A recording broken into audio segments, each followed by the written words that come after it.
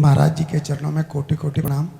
महाराज जी एक दोहा पढ़ने के बाद हृदय स्वीकार नहीं कर पा रहा कि ढोल गवार शूद्र पशु नारी सकल ताड़ना के अधिकारी।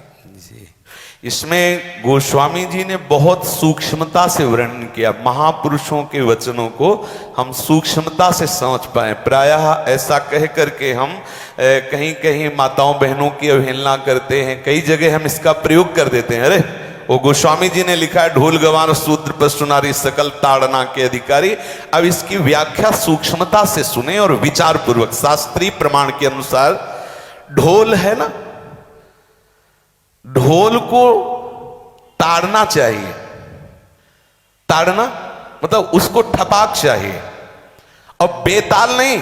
शास्त्र सिद्धांत के अनुसार, संगीत शास्त्र के अनुसार तभी वो राग प्रकट कर पाएगा, तभी वो बजेगा। ढोल को हाथ जोड़ के बोलो कि साहब आप बज जाएं, नहीं बजे, उसको ताड़ना चाहिए। अब ताड़ना शब्द चारों में एक जैसा नहीं लगेगा। शब्द एक ही है ताड़ना, लेकिन ताड़ना के अर्थ अलग अलग हैं। जैसे कनक है, एक ही शब्द है कनक, लेकिन कनक कनक ते 100 गुनी मादकता अधिकाय वा खाए बोराए जग या पाए बोराए।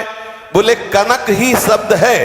जैसे ताड़ना शब्द का हम प्रयोग केवल वही समझे कि ताड़ना देना ही नहीं, उसका अर्थ अलग अलग है। जैसे कनक शब्द है, कनक को सोना भी कहते हैं और कनक को धतूरा भी कहते हैं। कनक को धतूरा भी कहते हैं। एक कनक है जिसके खाने से बावरा हो जाएगा और एक कनक है जिसके पाने से बावरा हो जाएगा। कनक शब्द एक ही है, लेकिन दोनों का अर्थ अलग अलग हो गया। ऐसे ही ढोल में ताड़न का तात्पर्य है उसको पीटना, लेकिन वो शास्त्रीय संगीत के आधार पर उसको ताल देना। ताल देने से ही वो राग प्रकट करता है, आनंद की उमगन करता है, ना कि प्रार्थना करने से। समझ रहे? अच्छा, गंवार, गंवार कहते हैं विवेकहीन पुरुष को। विवेकहीन पुरुष को कोई कार्य दे दो और उस पर दृष्टि न रखो तो कार्य नष्ट हो जाएगा। वहां ताड़ने का तात्पर्य उसको पीटना नहीं है। उस अविवेकी गंवार पर दृष्टि रखो। जो आपने कार्य सौंपा है, जो भी कार्य उसका है, उस अविवेकी पर दृष्टि रखना ताड़ना हुआ। उस पर दृष्टि रखो, क्योंकि वो अविवेकी है, गंवार है, वो कार्य प्रणाली ठीक जानता नहीं। आप जहां त्रुटि होता संभाल लेना तो वो संभल जाए, क्योंकि वो गंवार है। और शूद्र, शूद्र का तात्पर्य होता है शूद्र। वैसे जो वर्ण व्यवस्था में शूद्र का प्रादुर्भाव सबसे श्रेष्ठ जगह से प्रादुर्भाव है। वर्णन आता है ब्राह्मणोष मुखमाशी बाहु राजन्य कृतः उरुददस जद वैश्या पदभ्याग्यं शूद्रो जायत। भगवान के श्री चरणों की ही वंदना होती है। प्राय आपने देखा सबके श्री चरणों की, और शूद्रों का प्रादुर्भाव श्री चरणों से हुआ है।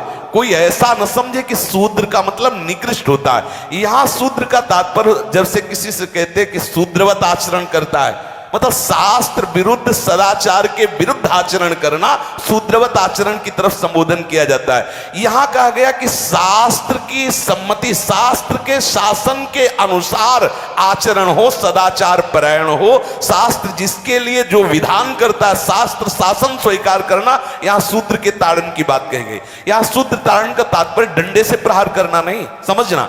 और जो चौथा कहा गया नारी, अगर स्त्री को हम ये कहें कि ताड़न से ही वो केवल काबू में रहती है, तो राष्ट्र में अपने प्रसिद्ध लक्ष्मीबाई जैसी कोई सामर्थ्यशाली वीरांगना, कोई वीरों सामने बड़े बड़े वीरों के दांत खट्टे कर दे, ऐसी बहादुर सिंघनी हुई, अंग्रेजों के दांत खट्टे कर दिए। अगर कोई समझे कि नारी केवल ताड़ने के लिए है तो उसकी मूर्खता है।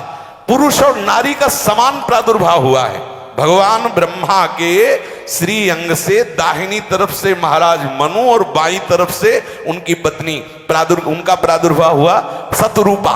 शतरूपा, अब आप बोलो एक ही शक्ति के दो भाग हो गए, एक पुरुष रूप धारण कर लिया, एक नारी रूप धारण कर लिया। अब यहां विचार जो है कि उस नारी के ऊपर ताड़न शब्द का क्या प्रयोग है। जैसे आप मार्ग में चले जा रहे हैं और आपने दृष्टि चूक कर दी और नारी आपकी स्त्री पीछे चल रही, तो कोई हमला कर सकता है, क्योंकि वो रत्न है। 14 रत्नों में एक रत्न स्त्री रत्न भी है। स्त्री को रत्न कहा गया है। भगवान श्री राम जब वनवास में जा रहे हैं तो सिया जी को आगे नाव में जब चढ़ाना होता तो पहले सिया जी को चढ़ा, सीए चढ़ाई चढ़े रघुराई, पहले आगे। दृष्टि रखो, दृष्टि चूक गई तो रत्न है। यहां दृष्टि रखना, शासन मतलब उसको पिटाई करना नहीं कि जैसे ढोल को पीटा जाता है ऐसे स्त्री को पीटा जाए, शूद्र को पीटा जाए तो गंवार को, ये व्याख्या नहीं है, ये मूर्खता है, इसे व्याख्या नहीं कहते। जैसे कनक शब्द के कई अर्थ होते हैं, ऐसे ही ताड़न शब्द का यहां अलग अलग प्रयोग है। स्त्री के ऊपर दृष्टि रखो। किस भाव की दृष्टि रखे? क्योंकि वो हमारे यहां रत्न की तरह है, कहीं कोई ऐसा ना हो कि कुदृष्टि वाला कोई उस पर हमला कर दे। पाणी ग्रहण संस्कार में रक्षा का भी सूत्र बताया जाता है कि आपको अभी ये समर्पित है, आप इसकी रक्षा करें। हमारे शास्त्रीय सिद्धांत में देखो, कभी भी स्त्री को अकेला छोड़ने का सिद्धांत नहीं पाया गया।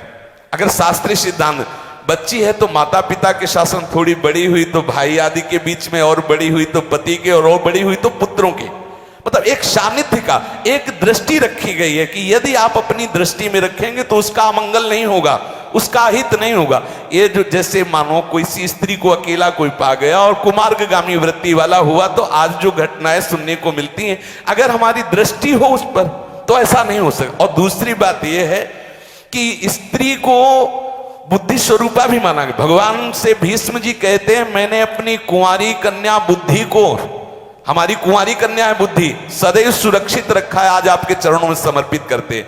तो शास्त्र शासन के द्वारा बुद्धि को सदैव अपने अधीन रखो, कहीं बुद्धि कुमार्गगामी ना हो जाए। यहां स्त्री के ताड़न का केवल एक सूत्र है कि आप उस पर दृष्टि बनाए रखें, कहीं स्त्री रत्न कहीं अपवित्र ना हो जाए, कहीं दूसरे का किसी तरह से कुमार्गगामी लोगों का ऐसा कोई बर्ताव ना हो जाए, इसलिए सावधान। वहां उसको पीटने का शब्द नहीं है कि ढोल गवार शूद्र पशु नारी सकल ताड़ना के अधिकारी। ताड़ना का तात्पर्य वहां पीटना नहीं तो विद्वता में देखो तो एक से एक, साधुता में देखो तो एक से एक, वीरांगना देखो एक से एक, ऐसा नहीं कह सकते। क्योंकि जो सामर्थ्य पुरुष में वही सामर्थ्य भगवान ने स्त्री में भी दी, क्योंकि भगवान के ही दो रूप हैं, एक स्त्री और एक पुरुष, समझ रहे ना।